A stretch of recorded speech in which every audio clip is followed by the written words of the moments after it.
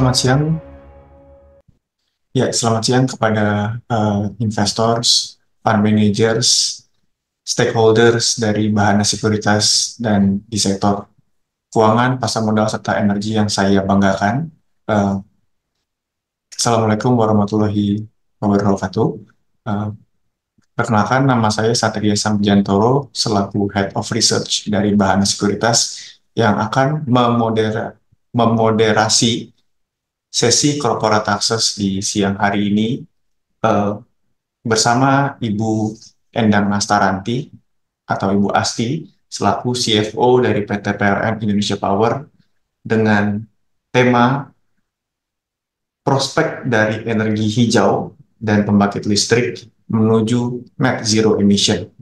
Sebelum mungkin kita mulai dan sebelum mikrofon saya serahkan kepada Bapak Reza Benito Zahar, izinkan saya untuk membicarakan CV dari Ibu Endang Astaranti sendiri. Ibu Asti sudah sangat familiar terhadap industri pasar modal dan keuangan dengan pengalaman lebih dari 20 tahun di uh, industri keuangan, terutama di Bank Mandiri.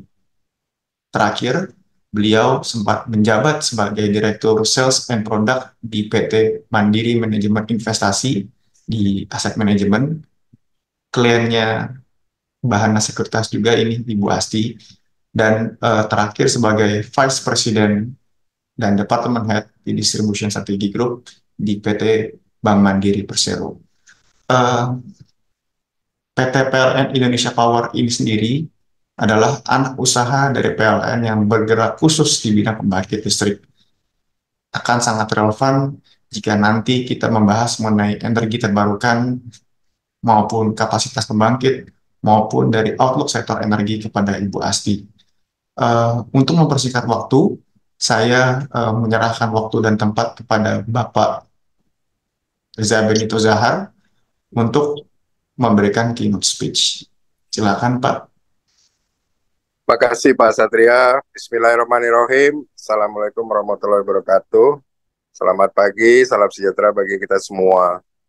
Izinkan saya mewakili Bahana Sekuritas untuk mengucapkan terima kasih kepada rekan-rekan investor semuanya yang telah berkenan untuk meluangkan waktu mengikuti acara program Corporate Access Bahana Sekuritas yang kami selenggarakan pada hari ini dengan mengundang pembicara dari PT Indonesia Power atau IP yang diwakili oleh Direktur Keuangan Ibu Endang Astaranti.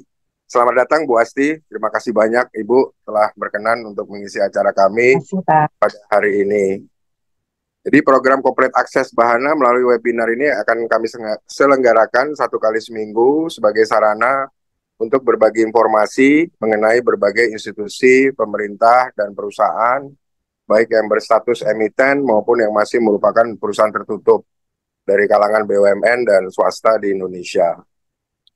Besar harapan kami agar program Corporate Access ini dapat memberikan manfaat dalam rangka membuka wawasan dan memperdalam pengetahuan bagi rekan-rekan investor semua, baik dari aspek makro maupun mikroekonomi di Indonesia yang tentunya akan sangat membantu dalam aktivitas pengelolaan investasi.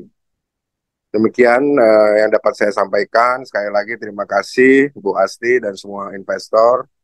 Semoga acara hari ini dapat memberikan manfaat yang sebesar-besarnya. Wassalamualaikum warahmatullahi wabarakatuh. Waalaikumsalam warahmatullahi wabarakatuh. Baik, terima kasih Pak Eca untuk sambutannya.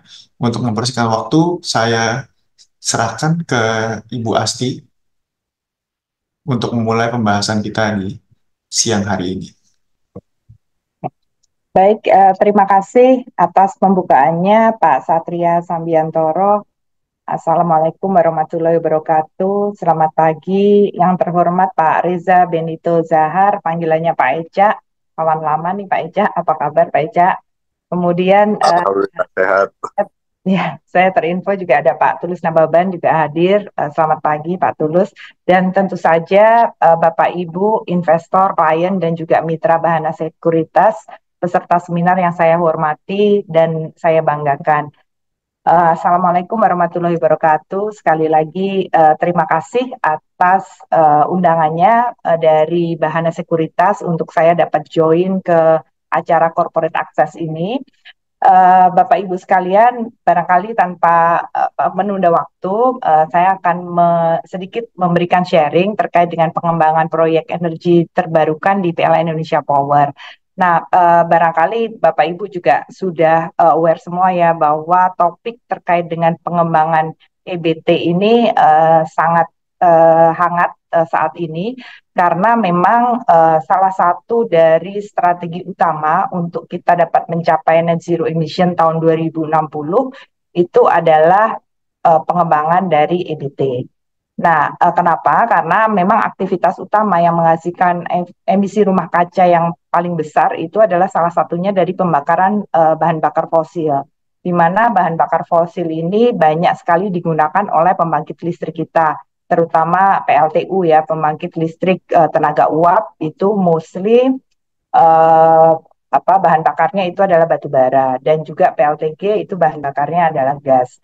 Jadi dengan kita melakukan pengembangan energi baru terbarukan, kita dapat menggantikan sumber bahan bakar fosil tersebut menjadi bahan bakar yang atau sumber energi yang sustainable.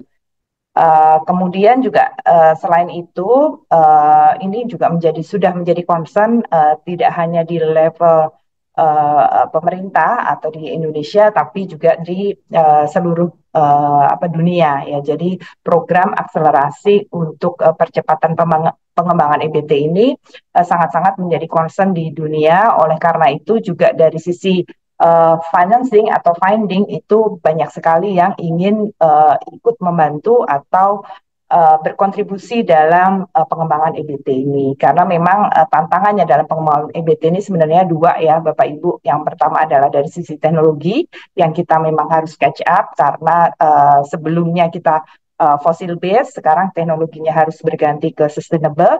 Kemudian yang kedua dari sisi financing karena memang financing yang dibutuhkan adalah sangat besar. Jadi dua hal tersebut yang saat ini menjadi tantangan utama. Nah, untuk memulai diskusi kita, barangkali bagi yang belum terlalu kenal dengan Indonesia Power, saya akan perkenalkan terkait dengan Indonesia Power sedikit saja, Bapak Ibu. Next, ya. Saat ini Indonesia Power itu menjadi bagian yang sangat strategis ya di industri kelistrikan. Kita adalah bagian dari PLN atau majority di owned by PLN. Peran Indonesia Power adalah di sisi pembangkitan atau generating company. Jadi dalam value chain industri kelistrikan itu yang paling penting atau yang utama itu yang pertama adalah supply yang dibutuhkan oleh generation. Dalam hal ini selain part adalah energi primer yang tadi sempat saya sampaikan bahwa saat ini mostly energi primer yang kita gunakan masih fosil gitu dan ini energi primer ini adalah pembentuk biaya yang paling signifikan di industri generating company. Jadi kalau dilihat komposisi biaya pokok produksi kita di atas 60% itu dikonsum oleh bahan bakar. Jadi dalam kita mengkonsumsi bahan bakar itu sangat mempengaruhi BPP atau tarif jual listrik kita. Kemudian dari sisi generating company, setelah kita menghasilkan listrik akan dijual atau kita distribusikan melalui PLN, di mana PLN saat ini berfokus untuk berperan sebagai transmisi dan juga mendistribusikan listrik yang sudah kita create kepada customer, baik itu customer yang residensial maupun yang industrial. Jadi dapat dilihat di sini bahwa untuk PLN juga berperan dalam hal yang penting dari sisi bagaimana dia dapat mentransmisikan dan juga mendistribusikan untuk mencapai rasio elektrifikasi yang besar di Indonesia. Kemudian Sekilas ini adalah kinerja yang kita peroleh selama tahun kemarin, akhir tahun 2023. Saat ini kita memiliki total kapasitas pembangkit sebesar 21.000 megawatt atau 21 giga. Ini tersebar di seluruh Indonesia, ada 35 unit pembangkit dan 1 unit pemeliharaan. Kemudian revenue yang kita generate selama 2023 itu 103,5 triliun. Ini mostly adalah dari penjualan listrik kita ke PLN di atas 90%. Sebagian kecil revenue yang kita hasilkan itu source-nya dari kita memberikan jasa operating and maintenance kepada pembangkit listrik swasta lainnya. Kemudian laba bersih yang kita hasilkan 8,1 triliun, produksi listrik yang kita hasilkan selama tahun 2023 hampir 80 TWh atau 79.989 gigawatt hour. Achievement penghargaan kita selama 2023 alhamdulillah ada 325 penghargaan, mostly memang di bagian operation, kemudian ada ESG dan juga terkait dengan human capital. Selanjutnya dari sisi sebaran aset pembangkit kita ini sangat tersebar dari Sabang sampai Merauke ya Bapak Ibu, totalnya 21 GW. Profil jenis pembangkitnya juga cukup beragam. Yang pertama PLTU ini terbesar, energi yang kita bangkitkan itu dari batu bara 9,6 GW, ada 50 mesin. Yang terbesar barangkali Bapak Ibu sudah tahu itu PLTU Suralaya. Nah itu adalah salah satu aset dari Indonesia Power. Kemudian Suralaya itu ada di Jawa Barat ya. Kemudian PLTG berbasis gas atau bahan bakar gas ada 7,73 GW. Kemudian PLTD ini diesel, walaupun jumlahnya tidak begitu besar secara kapasitas, tapi jumlah mesinnya sangat banyak karena ini adalah source untuk menghasilkan listrik di daerah-daerah isolated, terutama di Kalimantan. Kemudian PLTP kita memiliki 81 megawatt, ada 21 mesin, ini panas bumi atau geothermal. Kemudian PLTA atau hydro kita memiliki 1,65 GW sebanyak 86 mesin. Nah, baruan kapasitas kita terus terang dari sisi EBT masih sangat kecil, yaitu dari total 21 GW baru 2,46 GW atau 12%. Nah, inilah isu yang harus kita selesaikan, bahwa pengembangan EBT kita harus kita akselerasi. Nanti di belakang saya akan sedikit cerita bagaimana kita rencana untuk mengakselerasi ini. Selanjutnya ini sekilas saja market share dari bisnis pembangkitan di PLN. Saat ini market share yang terbesar itu masih IPP. IPP itu adalah Independent Power Plant atau power plant pembangkit swasta Bapak Ibu. Jadi banyak pembangkit swasta itu market share-nya own 43,7%. Kemudian dari Indonesia Power 26,96%. Dan sister company kita PLN Nusantara Power ini juga anak usaha dari subholding dari PLN, market share-nya 21,3%. Nah, selanjutnya saya ingin menyampaikan terkait komitmen dari PLN untuk mencapai net zero emission di tahun 2060.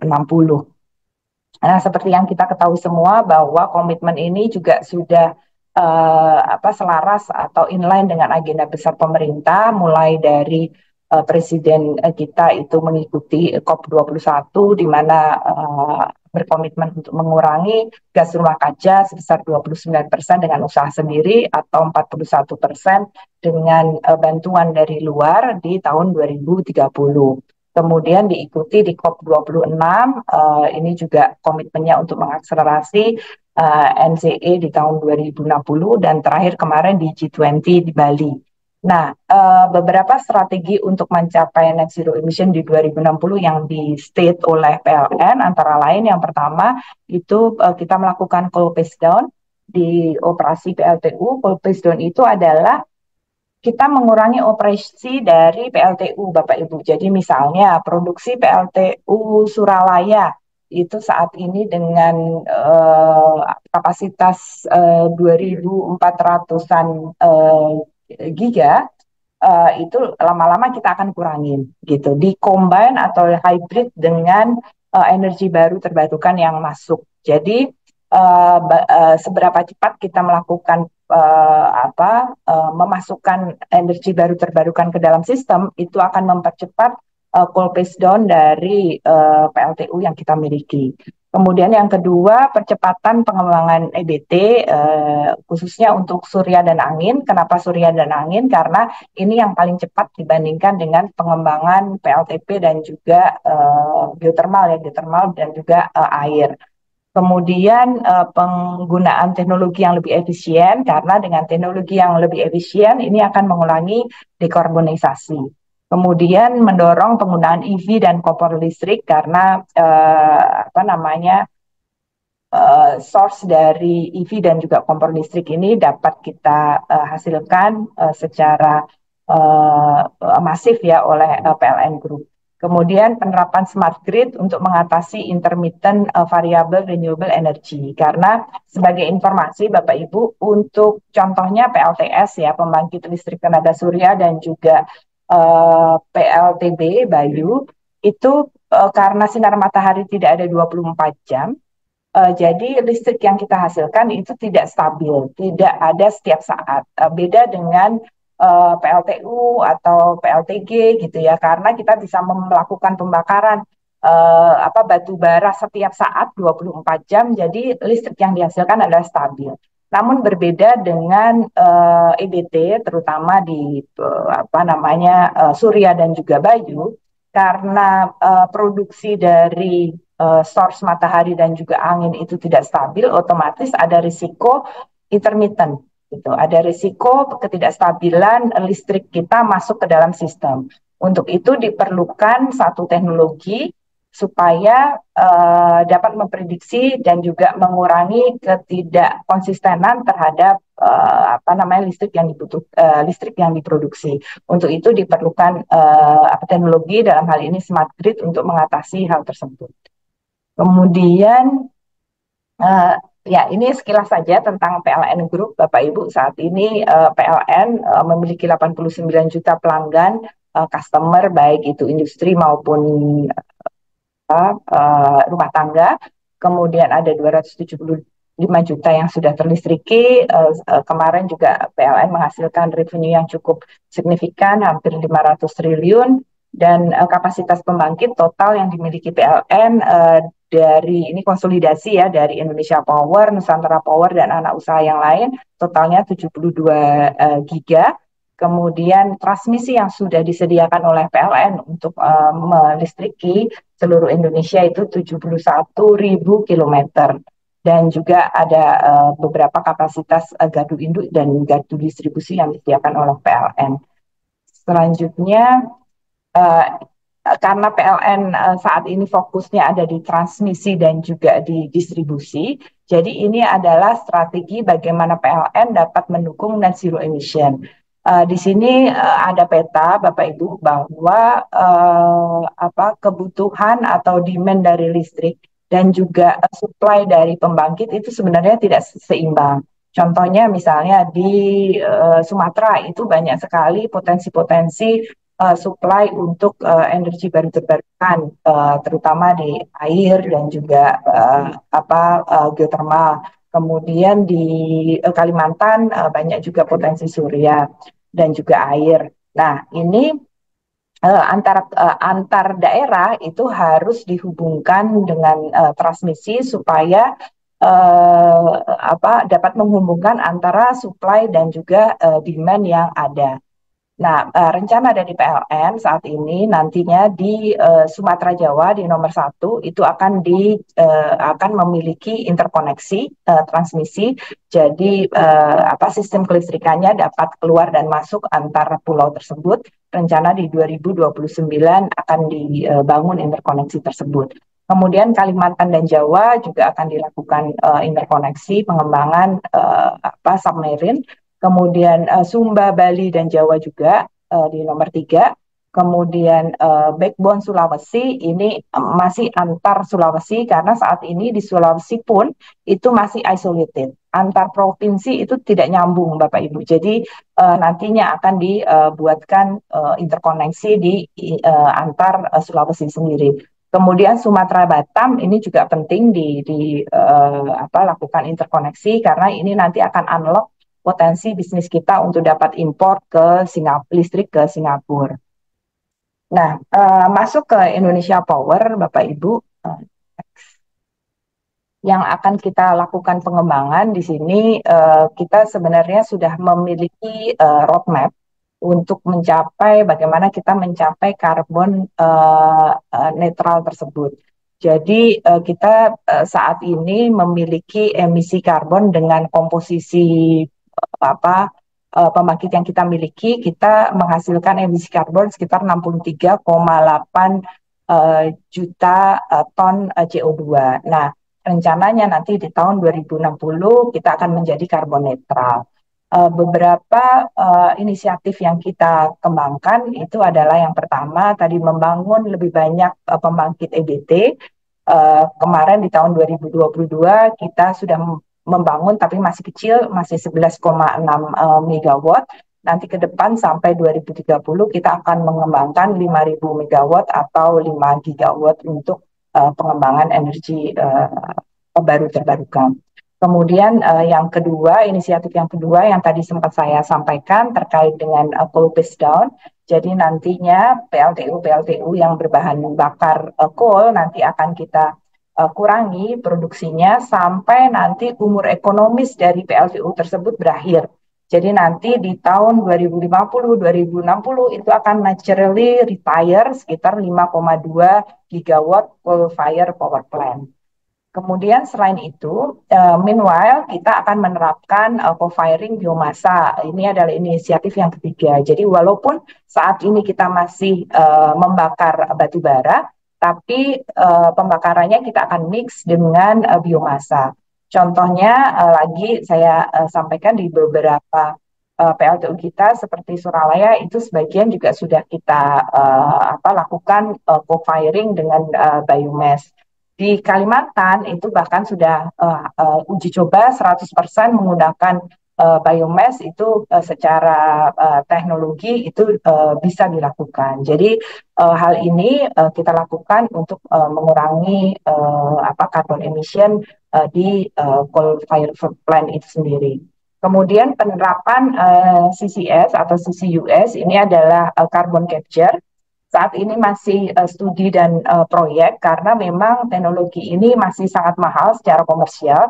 Jadi harapannya nanti di beberapa tahun ke depan kalau teknologinya sudah cukup efisien, kita akan menerapkan teknologi carbon capture ini. Kemudian kita juga memiliki inisiatif untuk melakukan co-firing hidrogen dan amonia. Ini untuk pembangkit jenis gas. Jadi kita sudah melakukan uji coba untuk beberapa pembangkit kita jenis gas, contohnya yang ada di Priok, itu sudah melakukan co-firing dengan hidrogen. Tapi memang saat ini tantangannya ketersediaan hidrogen kita itu belum cukup banyak, dan apabila kita lakukan import itu sangat mahal sekali. Jadi kita saat ini masih melakukan uji coba terkait dengan hal tersebut. Selanjutnya, ini adalah planning kita dalam pengembangan pembangkit sampai dengan tahun 2030 berdasarkan RUU-PTL. Mungkin bagi Bapak Ibu yang kurang familiar, RUU-PTL itu adalah rencana usaha penyediaan tenaga listrik. Ini adalah rencana seperti Repelita ya Bapak Ibu yang diterbitkan oleh ESDM, Kementerian SDM atas usulan dan juga analisa dari PLN yang mengetahui kebutuhan dan juga rencana supply dari kelistrikan di Indonesia. Jadi sesuai dengan RUU-PTL ini di Indonesia Power itu sampai dengan 2030 kita akan mengembangkan sekitar 6.997,37 megawatt atau hampir 7.000 megawatt atau hampir 7 gigawatt. Nah, ini tersebar di 108 lokasi. jenis pembangkitnya juga beragam, tapi yang pasti adalah kita sudah tidak boleh membangun lagi pembangkit tenaga uap atau tidak boleh mengembangkan lagi coal power plant. Jadi di rencana ke depan kita sudah tidak ada lagi pengembangan coal power plant kecuali yang saat ini sedang construction ya. Nah, rencana mostly kita akan membangun hydro, PLTA dan juga PLTM itu di atas 3.000 megawatt. Kemudian PLTS ada 1.200 megawatt di 26 lokasi. Kemudian PLTB itu 450 megawatt di 6 lokasi. Dan juga PLTG gas itu masih ada karena kita masih membutuhkan kestabilan sistem atau kalau istilahnya adalah base load di sistem kita sebesar 960 megawatt di 21 lokasi dan PLTP atau geothermal yang kita akan bangun adalah 570 megawatt di 21 lokasi. Selanjutnya ini adalah priority bagaimana kita akan mengembangkan pembangkit kita. Dari 7.000 megawatt yang akan kita bangun, sebenarnya saat ini kita juga sedang menjalani proses konstruksi dan juga penugasan di luar dari 7.000 yang tadi ada Bapak Ibu. Jadi total saat ini yang on hand kita untuk melakukan pengembangan itu sebenarnya ada 15.000 megawatt. Nah, bagaimana kita melakukan prioritas terhadap responsibility tersebut? Yang pertama, prioritas 0 itu tentunya yang proyek yang saat ini sedang construction itu harus kita selesaikan. Kemudian prioritas 1 itu ada 31 lokasi adalah proyek-proyek yang memiliki target commissioning atau launching proyeknya di tahun 2025. Dan juga sudah masuk ke dalam RKAP kita dalam rencana tahunan kita serta termasuk juga pengembangan PLTA yang butuh perencanaan yang cukup lama. Kemudian prioritas kedua itu di 61 lokasi itu masih proyek yang harus COD atau commissioning di tahun 2025, namun mungkin progresnya masih minim gitu. Kemudian untuk prioritas yang terakhir tentunya yang COD-nya di atas 2025 atau di proyek-proyek tersebut memiliki kendala tertentu seperti misalnya pada saat kita identifikasi lahannya masih bermasalah dan lain sebagainya. Selanjutnya, nah ini adalah program, salah satu contoh program dari Indonesia Power yang saat ini sedang kita jalankan. Ini saya dapat menginformasikan bahwa program ini merupakan salah satu program breakthrough dari Indonesia Power karena kita mengusung konsep baru di mana kita melakukan pengembangannya secara bundling atau kita punya package gitu ya Bapak Ibu. Package kita itu total capacity pengembangan pembangkit EBT sebesar 1.055 megawatt atau 1 gigawatt lebih dengan total 13 proyek, ada 12 proyek PLTS dan 1 wind farm atau PLTB. Nah, ini sangat spesial atau breakthrough karena kita melakukan proses pengadaannya sekaligus gitu. Biasanya kalau proyek itu kita lakukan proses pengadaannya itu satu-satu, satu kita usulkan, kita lakukan pengadaan, kemudian kita usulkan ke PLN, kemudian kita dapat kontraknya, PPA, Power Purchase Agreement-nya itu satu-satu. Nah ini karena kita memang harus melakukan akselerasi, kita lakukannya secara bundling. Ini adalah daftar dari proyek tersebut. Kita bagi dua, ada grup pertama, grup akselerasi, ini seharusnya bisa COD tahun depan. Tahun ini kita sudah mulai melakukan proses pengadaan di 5 lokasi, mostly ada di Jawa ya, di Jati Gede, Gajah Mungkur, Kedung Ombo, Pasuruan, dan Banyuwangi. Dan ada beberapa yang PLTS-nya terapung, Bapak Ibu. Jadi di atas dari danau di PLTA yang kita miliki. Kemudian ada yang grup standar, ada 8 proyek ini di grup standar. Nah, fast track-nya yang kita lakukan tadi adalah proses ini kita lakukan secara paralel. Jadi dari sisi proses pemilihan mitra, developer dan juga lender itu kita lakukan secara paralel bersamaan dengan kita apa, uh, melakukan negosiasi atau berupa model PPA kepada PLN. Kemudian hal kedua yang penting dalam proyek ini juga adalah saat ini di proyek pengembangan pembangkit PLTS itu ada isu terkait dengan TKDN bahwa dalam satu proyek itu minimal 60% dari proyek tersebut itu harus mengandung lokal konten gitu. Nah, sedangkan solar panel yang biasanya dipakai untuk PLTS itu mostly impor. Impornya juga paling banyak dari China gitu ya, karena manufaktur solar PV itu paling banyak dari China. Nah, untuk mengatasi ini kita juga mengencourage pengembangan manufaktur solar PV di Indonesia, di mana di situ Indonesia Power juga menjadi salah satu inisiatornya, developernya ikut chip in dalam pengembangan proyek manufaktur tersebut untuk memenuhi ketentuan comply dengan TKDN di atas 60%. Nah, kemudian yang spesial lagi terkait dengan proyek ini adalah kita sudah memiliki green off-taker yang potensial. Jadi selain PLN nanti juga akan menyerap bahwa di belakang itu sudah ada beberapa potensi buyer untuk mengambil hasil produksi listrik ini bagi mereka gitu, karena banyak seperti pihak-pihak yang ada di dalam sini itu memang mereka required untuk sengaja untuk memakai atau menggunakan listrik langsung dari pembangkit yang EBT gitu, karena mereka sangat concern terhadap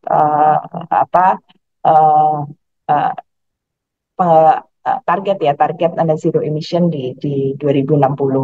Kemudian kita melakukan proses seleksi mitra dan lender, baik itu developer dan lender, itu juga di saat yang bersamaan atau paralel. Saat ini kita sudah ada 33 potensial mitra developer dan juga ada 21 potensial mitra lender.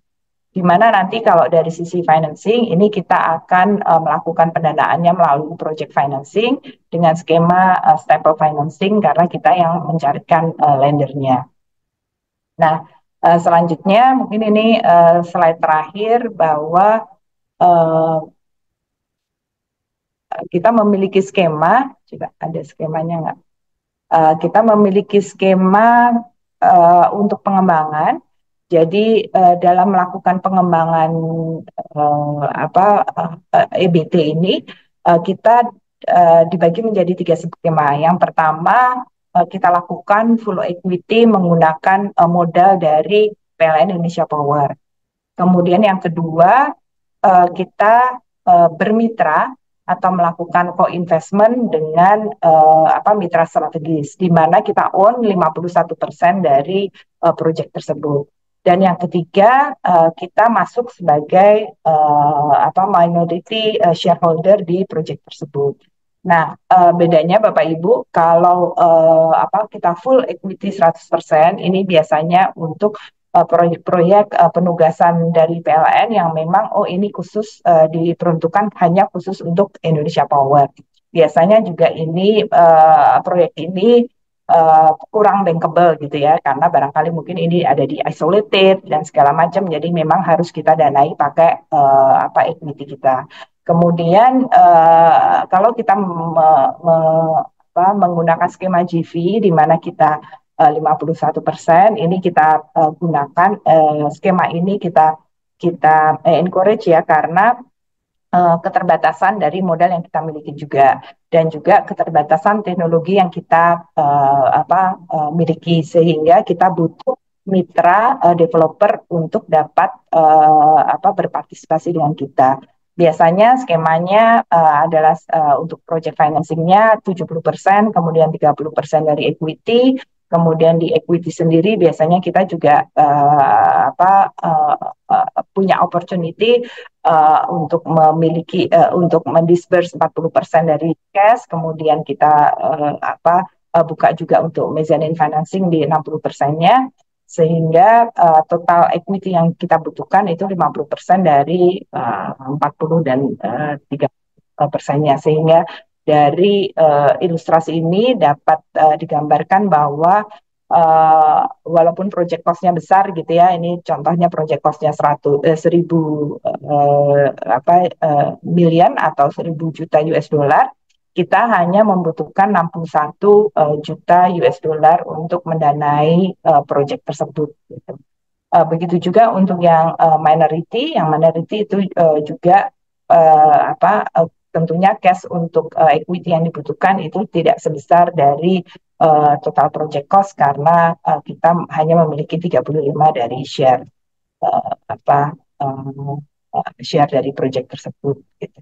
Jadi demikian mungkin Bapak Ibu yang dapat kami share terkait bagaimana PLN Indonesia Power akan mengakselerasi pengembangan EBT untuk mendukung net zero emission di tahun 2060. Demikian Pak Satria, saya kembalikan lagi ke Pak Satria. Terima kasih. Baik, baik. Ya, terima kasih sekali Ibu Asti untuk presentasinya yang menurut saya sangat menarik ya, Bu ya, karena kebetulan saya sebelum di Bahana itu bekerja juga di salah satu perusahaan proyek di bidang infrastruktur energi, multinational company dari Amerika Serikat, dan biasanya jadi rekannya di Indonesia, perekan bersama dari Indonesia Power untuk di power plant development itu Bu. Dan ya jadi sebagai untuk refreshment Bu, saya juga kami cukup senang ini. Jadi ini pertama kalinya event corporate access di yang tahun ini itu yang mengundang perempuan. Jadi cukup refreshing Bu. Biasanya yang kami undang itu kan policy makers dan direksi itu kan mayoritas kan laki-laki. Jadi ini ada Sri Kandi BUMN, kami sangat senang lah. Pasti fund manager juga dengar dengar perspektif yang beda gitu Bu. Nah, saya mungkin ingin mengeksplor satu dua hal Bu Asti kalau misalnya boleh. Tadi sangat banyak presentasinya dan sangat menarik ya. Tapi mungkin dua pertanyaan awal dulu Bu dari saya gitu. Tadi ada pembahasan mengenai ini di RUPTL berikutnya nih udah nggak ada lagi nih untuk pembangunan untuk coal power plants.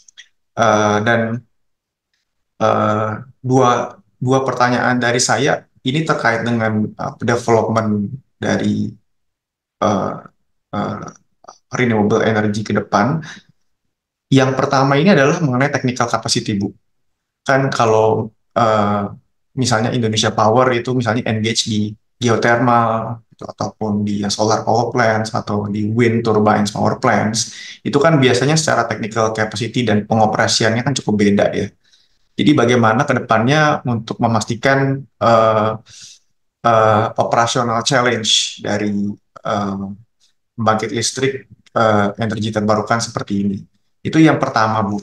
Dan yang kedua itu mengenai spesifik mengenai tarif, Bu, di PPA. Ya, karena tadi saya tuh memperhatikan bahwa ada dua pointers bahwa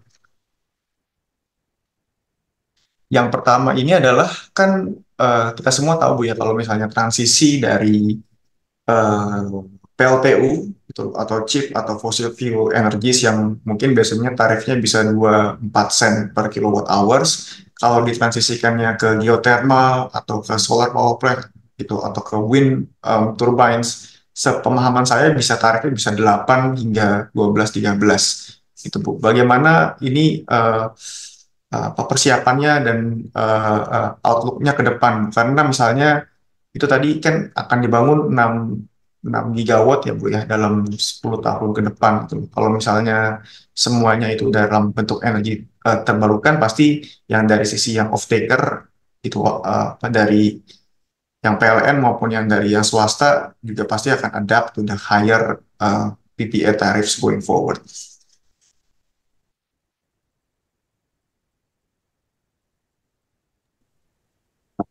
Baik, baik Pak Satria. Saya coba jawab ya Pak. Ya. Ya.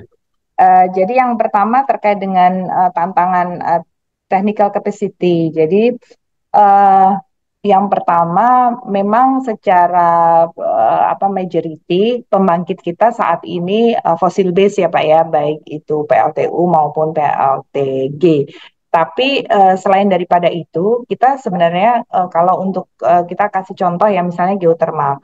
Geothermal dan hydro itu sebenarnya kita sudah memiliki pembangkit geothermal dan hydro itu sejak lama Pak, sejak Indonesia berdiri Indonesia Power berdiri, kita sudah memiliki pembangkit geotermal di Kamojang. Kamojang itu di dekat Garut itu Pak, cukup besar, 300-an MW. Kemudian di Gunung Salak Bogor itu juga ada, dan di Ulu Belu itu di NTB. Nah, itu kita sudah memiliki kemampuan dan juga capacity bagaimana kita melakukan operating dan juga maintenance terhadap pembangkit-pembangkit geothermal tersebut. Gitu. Bahkan kita untuk sistem dari operasional kita, center sistem kita itu di diduplikat ya, atau diminta untuk digunakan juga oleh Geodipa gitu. Jadi sebenarnya dari sisi operating and maintenance untuk yang PLTA, PLTG itu tidak ada isu Pak. Yang mungkin ada challenge itu adalah justru dari sisi pengembangannya Pak. Gitu. Jadi mungkin beda ya antara how to develop atau how to build sama how to operate and maintenance gitu. Jadi kita sudah bertahun-tahun punya capacity dari sisi operate and maintenance, tapi kita masih lack capacity untuk melakukan develop dan juga pengembangan tersebut. Jadi untuk mengatasi hal itu, satu kita tadi melakukan kemitraan Pak. Kemitraan tadi yang saya sempat jelaskan di belakang, bahwa skema pengembangan kita itu salah satunya ada yang 51% kita own atau 35% kita own, itu karena tadi untuk mengatasi keterbatasan kita dalam melakukan pengembangan EBT tersebut gitu. Jadi kemampuan untuk develop itu kita masih kurang terkait dengan hal tersebut. Kemudian kalau untuk PLTS dan juga PLTB, PLTS saat ini kita masih memiliki, walaupun jumlahnya kecil ya, di Nusa Penida itu kita ada PLTS sekitar 3,5 MWP. Kemudian PLTB walaupun belum ada yang COD, tapi kita engage dalam proses pengembangan PLTB di Aceh kalau tidak salah. Nah, itu juga sama Pak, operating and maintenance terutama untuk PLTB dan PLTS itu tidak terlalu susah kalau saya dapat informasi ya dari tim operation gitu. Cuman yang jadi isu itu adalah benar Pak dari sisi development-nya, bagaimana kita mengembangkan untuk yang pertama kali terkait dengan manajemen proyeknya, kemudian terkait dengan isu-isu baik non teknis maupun non teknis untuk pengembangan tersebut. Jadi solusinya tadi Pak, kita melakukan kemitraan terkait dengan hal tersebut. Dan juga kita dengan kemitraan tersebut kita bisa mendapatkan knowledge transfer. Jadi nanti once kita melakukan sendiri, kita sudah dapat transfer knowledge dari mitra-mitra developer tersebut. Kemudian yang kedua terkait dengan tarif ya Pak ya. Betul Pak, untuk PLTU memang murah Pak, 2 sampai 3 sen. Nah, kalau untuk PLTG itu masih cukup mahal, itu di sekitar 11 sen kalau yang gas ya Pak ya. Jadi Kalau dibandingkan dengan PLTU, memang kalau untuk EBT saat ini lebih mahal, tapi dibandingkan dengan PLTG sebenarnya EBT itu masih jauh lebih murah gitu. Jadi saat ini itu kalau PLTS kemarin kita nego PPA dengan PLN itu kita dapatnya 5 sen Pak. Jadi 5 sampai 6 sen. Jadi saat ini sudah lebih murah Pak, sebagai informasi ya, karena teknologi juga makin mendukung gitu ya. Jadi capex-nya juga turun, jadi otomatis harganya bisa lebih murah. Nah, jadi kombinasi Pak, walaupun mungkin nanti PLTU dari sisi PLTU lebih mahal, tapi PLTG dibandingkan dengan PLTG lebih murah. Jadi in total harapannya dengan masuknya EBT dan teknologi yang lebih support itu tarif kedepannya itu tidak terlalu memberatkan bagi Indonesia Power, dalam hal ini juga disupport oleh PLN dan juga subsidi pemerintah. Di samping itu untuk tarif listrik itu kita sudah diatur Pak melalui Perpres 112 tahun 2022, di mana di situ mengatur mengenai ceiling tarif pembelian EBT. Jadi kita sebagai bagian dari developer EBT itu tidak bisa menawarkan harga yang di atas dari tarif di Perpres 112 tersebut. Jadi paling enggak tarifnya itu sudah ada batas atasnya, sehingga tidak terlalu memberatkan bagi pemerintah dalam memberikan subsidi. Demikian sementara jawabannya Pak. Baik-baik. Itu untuk yang ceiling untuk tarif pemberian EBT, kalau tidak salah itu saat zamannya Pak Jonan ya Bu ya, diintroduksinya Bu. Atau sudah 2022 Pak, terakhir di 2022 sudah direvisi kembali Bu. ya. Sama sekedar follow up sedikit Bu, yang untuk yang dapat yang 5 sen itu untuk membangkit listrik tenaga apa Bu? Solar. Terakhir Solar. kemarin negonya solar ya. Oh, solar dapat 5 sen sih. Iya, yang masih mahal tuh geothermal Pak. Oke. Geothermal itu mahal. Wind juga masih di atas solar, di atas 7 sen. Tapi kalau solar tuh udah 5 sampai 6 lah. Oke, 5. Itu kalau misalnya dapat 5 sen untuk solar Bu, itu saya sih pengennya semuanya solar aja tuh, karena tuh gitu pasti kan subsidinya juga enak gitu. Nah, Bu, sebelum saya ke yang pertanyaan dari investor dan fund manager, Bu, satu terakhir dari saya, Bu. Itu menarik tadi Bu Asti menyinggung mengenai intermittent gitu. Karena memang itu sepemahaman saya, memang kalau pembangkit listrik tenaga surya kan mataharinya tidak 24 jam, terus kadang-kadang lagi terang, kadang-kadang mendung. Jadi itu ada instabilitas dari supply electricity. Begitu pula juga di sisi angin gitu Bu. Kalau misalnya anginnya lagi kencang gitu, lagi musim-musim La Nina gitu, mungkin anginnya bisa dapat. Nah, di sini mungkin yang dari fund managers itu ingin ketahui bukan itu pentingnya dari perkembangan teknologi electricity storage ya Bu ya, terutama dari sisi mungkin battery lah capacity untuk supaya ini bisa ditampung gitu energinya untuk disuplai saat-saat yang sedang membutuhkan. Nah, ini apakah ada mungkin kemitraan dan knowledge transfer mengenai khusus teknologi untuk battery ini dan untuk intermittent challenge dari pembangkit listrik di energi terbarukan. Apalagi tadi Bu Asti juga mention mengenai lokal konten ya, TKDN-nya itu perlu 60% gitu loh. Sedangkan kita mungkin secara teknologinya itu untuk teknologi baterai lokal kontennya mungkin belum begitu tinggi.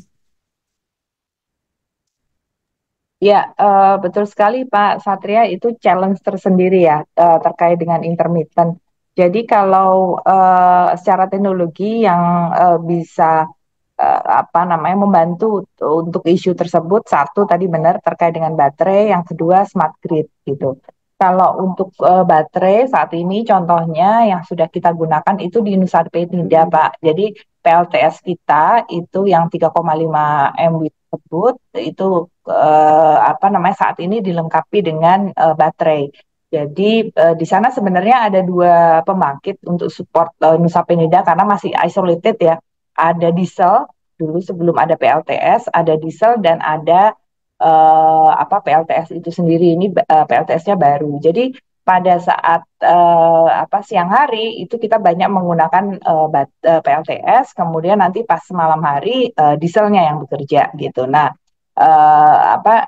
yang PLTS kita itu saat ini dilengkapi dengan baterai, walaupun kayaknya kapasitasnya juga belum full, masih 3 MW, jadi masih kurang daripada total kapasitinya PLTS gitu. Tapi itu cukup membantu, jadi bisa di storage di situ pada saat nanti dibutuhkan. Kemudian, tapi memang tadi yang baterai sampai dengan saat ini semuanya produk luar, Pak. Jadi kita masih impor, belum ada pabrik yang bisa menghasilkan untuk ini. Nah, untuk transfer knowledge-nya sendiri, kalau dari sisi kita kan kita buyer-nya ya Pak ya, jadi dan kita implementasi aja. Jadi sebenarnya nggak ada isu karena once baterainya itu tersedia, ya kita tinggal plug in aja gitu. Karena pengoperasiannya cukup simpel. Nah, untuk yang smart grid itu ini adalah teknologi baru Pak. Saat ini itu sepertinya belum kita belum ada yang kita implementasikan, baru dalam taraf proyek yang kecil, jadi pilot project. Tapi nanti saya coba cek kira-kira kapan dapat diimplementasikan secara full. Karena smart grid ini akan sangat membantu karena dia akan bisa memproyeksi kira-kira kapan satu pembangkit ini akan bisa menghasilkan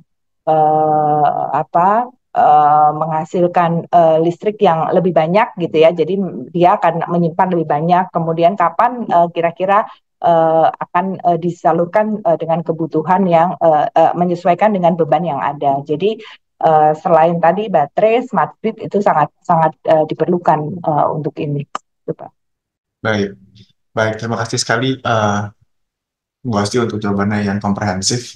Ini saya sudah mulai dapat pertanyaan Bu dari partisipan dari webinar ini. Saya pilihkan satu yang paling to the point tapi paling relevan Bu buat kita di pasar modal keuangan. Nah, apakah ada wacana pendanaan dengan penerbitan saham atau obligasi? Itu loh, mungkin to the point-nya aja Bu. Mungkin ada rencana IPO. Gitu Bu Baik, Asti. iya iya. Kalau wacana IPO sebenarnya dulu sudah pernah ada ya, awal-awal Indonesia Power berdiri itu sudah pernah ada, tapi karena kemarin itu kita baru saja melakukan restrukturisasi holding subholding, jadi saat ini tuh PLN hampir kayak Pertamina ya, sama dengan Pertamina ya. Jadi bisnis kita di streamline gitu. Jadi Indonesia Power itu dan Nusantara Power ada 2 subholding itu yang difokuskan ke generation company, di mana di situ kita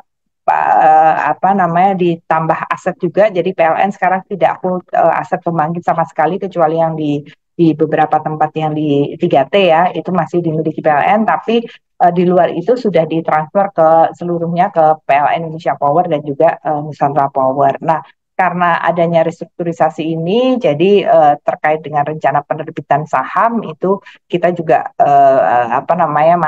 masih wacana tersebut masih kita parkirkan dulu gitu. Nah, untuk obligasi saat ini itu statusnya Indonesia Power itu adalah restricted company, di mana aset kita udah di-pledge oleh PLN terkait dengan covenant global bond dan juga beberapa lenders ya di PLN, sehingga kita tidak boleh menerbitkan obligasi sendiri gitu. Nah, yang memungkinkan adalah kita memiliki investment arm untuk pengembangan bisnis yang tadi saya ceritakan di bawah tadi, itu melalui anak perusahaan kita yang namanya IP Renewable. Nah, IP Renewable inilah yang kita konstruk sebagai unrestricted company, di mana dia bisa fleksibel melakukan pendanaan, baik itu nantinya bisa di IPO-kan atau mencari obligasi gitu. Jadi barangkali jawaban saya kalau di IP belum memungkinkan, tapi di anak perusahaan kita yang akan mengembangkan EBT yang namanya IP Renewable itu sangat-sangat dimungkinkan. Nah, ini memang sedang kita exercise, kira-kira kapan kita istilahnya mampu ya nanti untuk melakukan penerbitan saham atau maupun obligasi sendiri. Gitu, Pak. Baik, baik. Wah, ini kalau ya Perinovos nih stylenya capital market banget nih, kayaknya karena mungkin Ibu ada background yang cukup panjang di pasar modal. Ya Bu, terima kasih. Itu pertanyaan singkat tapi terjawab. Dan yang mungkin pertanyaan berikutnya Bu, untuk target 2060 itu kan masih cukup panjang ya.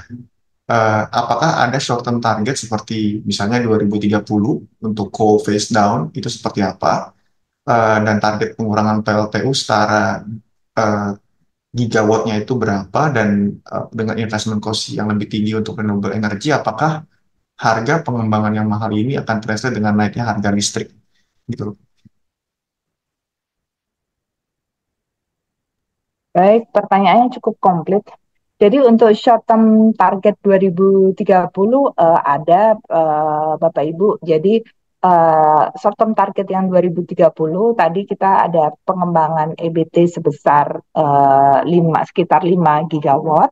Tadi satu untuk yang terkait dengan pengembangannya, kemudian untuk uh, treatment terkait dengan PLTU itu sebenarnya ada dua. Satu, kita melakukan co-firing biomasa, itu targetnya kita sampai 5% dari apa namanya porsi batu baranya gitu. Karena ini cukup kelihatannya kecil 5%, tapi ini jumlahnya sangat banyak gitu. Karena yang dibutuhkan biomasa yang dibutuhkan 5% itu dari sekian juta ton di apa namanya di PLTU itu sampai dengan saat ini pun belum dapat terpenuhi dari sisi suplai biomasanya. Biomasa itu biasanya kita dapatkan dari misalnya wucip gitu ya, kemudian saudas itu dari gabah padi, kemudian dari cangkang sawit. Nah, supply dari biomasa itu sampai sekarang ekosistemnya belum terbentuk dengan baik, jadi masih sangat-sangat terbatas.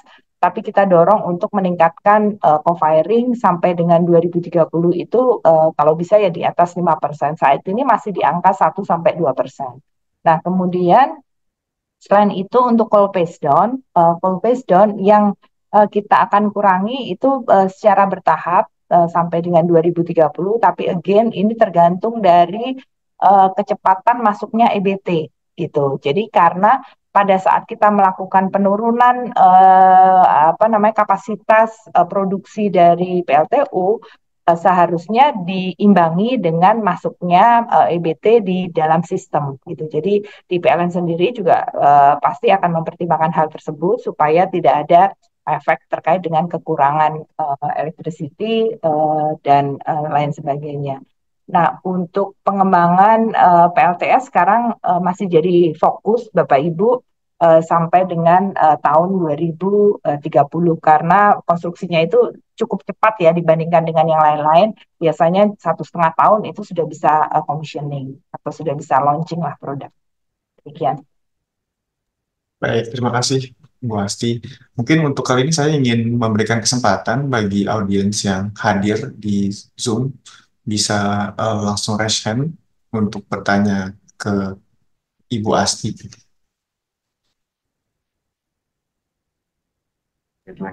Pak Satria, saya Ya, lupa tadi belum jawab yang terkait dengan harga pengembangan yang mahal ya. oh Akan iya iya ke iya harga listrik atau enggak gitu. iya tadi Nah, itu. Bapak Ibu kalau sebagai pengguna listrik mungkin agak bisa tenang ya karena harga listrik kita itu kan ditetapkan oleh pemerintah gitu. Jadi pemerintah mau menaikkan harga listrik itu pasti banyak sekali lah pertimbangannya gitu ya dari kondisi APBN gitu kan karena kan kondisi APBN-nya kalau misalnya masih cukup baik ya seharusnya harga kemahalan listrik itu bisa diabsorb di APBN gitu supaya tidak menaikkan harga listrik TDL tarif dasar listrik.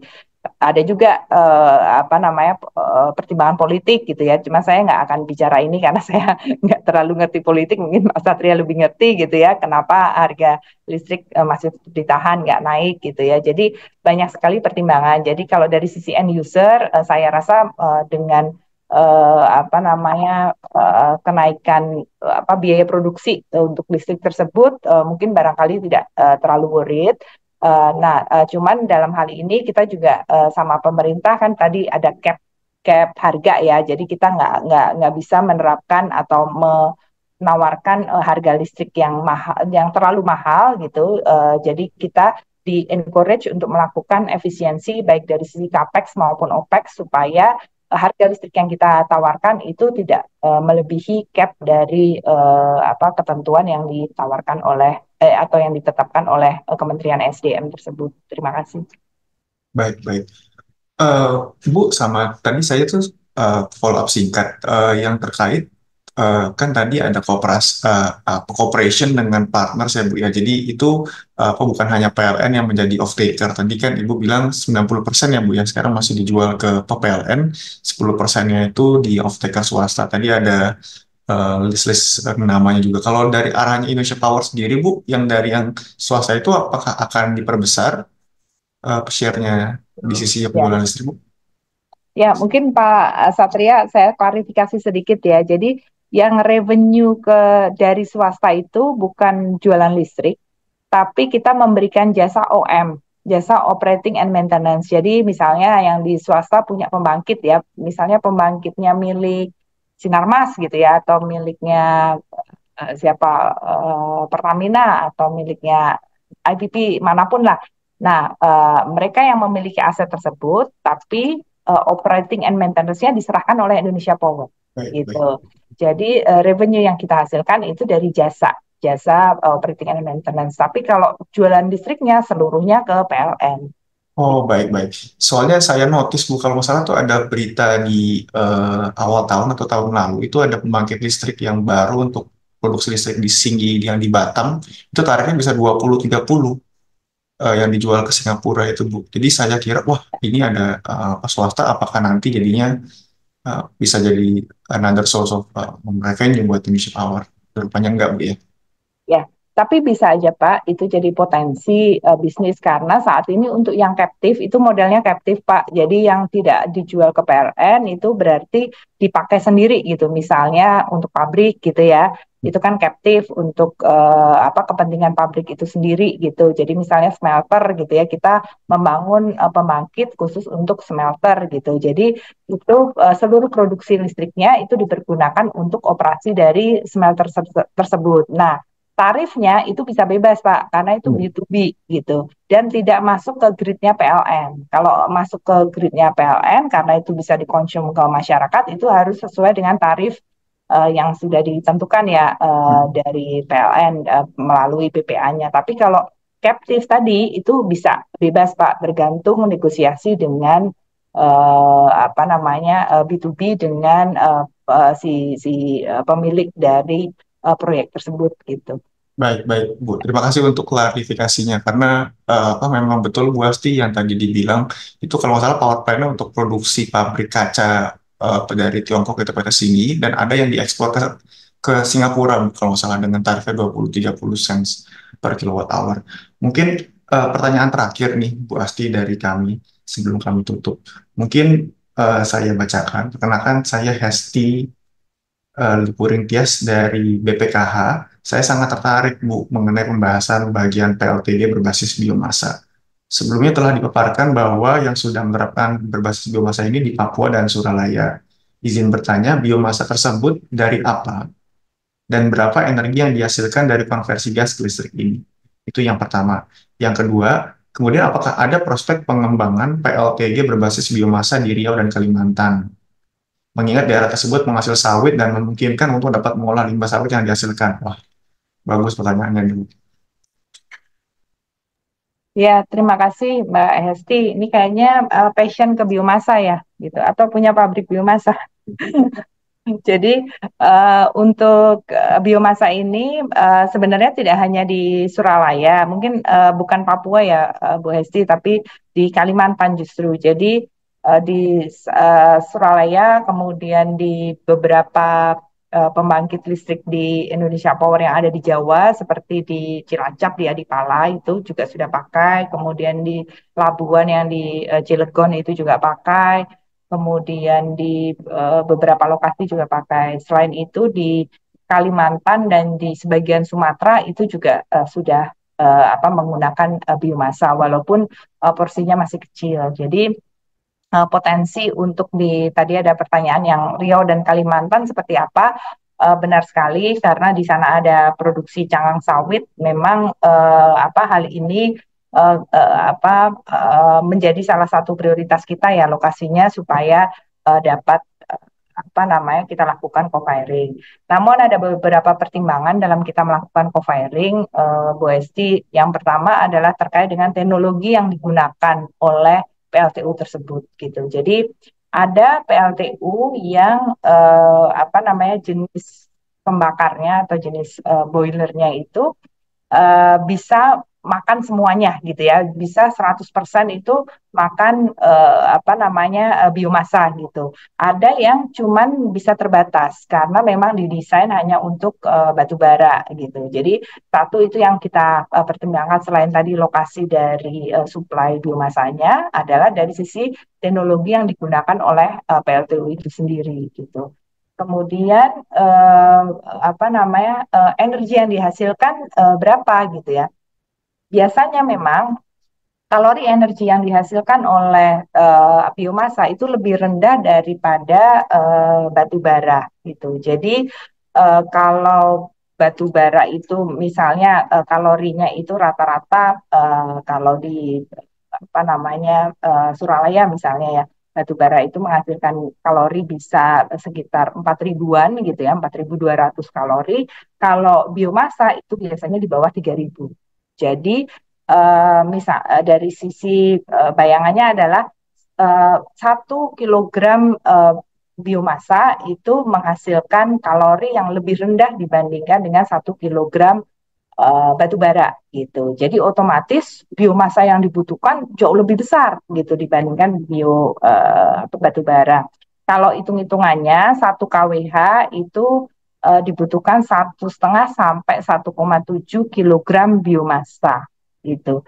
Dengan kondisi biomasa yang kering gitu ya, karena ada juga kondisi biomasa yang basah gitu, itu listrik yang dihasilkan juga akan lebih rendah. Jadi hitungannya seperti itu Bu Hesti secara sekilas. Terima kasih.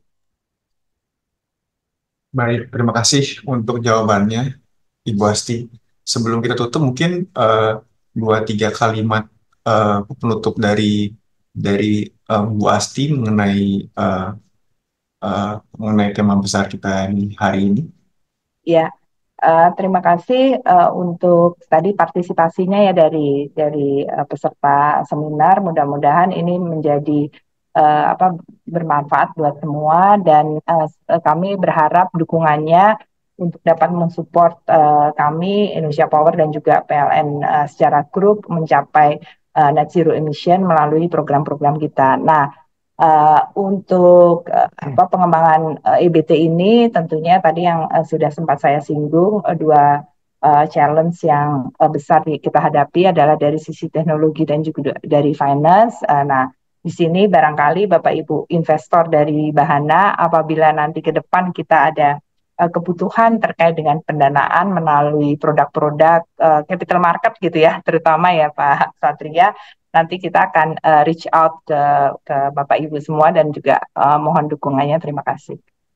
Baik, terima kasih sekali Ibu Asti untuk penjelasannya yang sangat komprehensif dalam 1 jam terakhir, dan mudah-mudahan ini juga memberikan added value bagi kami dan para praktisi di pasar modal yang hari ini hadir di webinar Corporate Access dari Bahana Sekuritas hari ini. Mungkin itu, dan dengan ini saya mengucapkan terima kasih kepada Ibu Asti khususnya, dan yang telah fund managers, investors, dan stakeholders di industri pasar modal serta energi yang telah hadir di siang ini. Dengan ini kami tutup acara Corporate Access webinar dari Bahana Sekuritas hari ini. Assalamualaikum warahmatullahi wabarakatuh. Selamat siang. Waalaikumsalam warahmatullahi wabarakatuh. Terima kasih Bahana Sekuritas. Terima kasih Bu Asti. Selamat siang.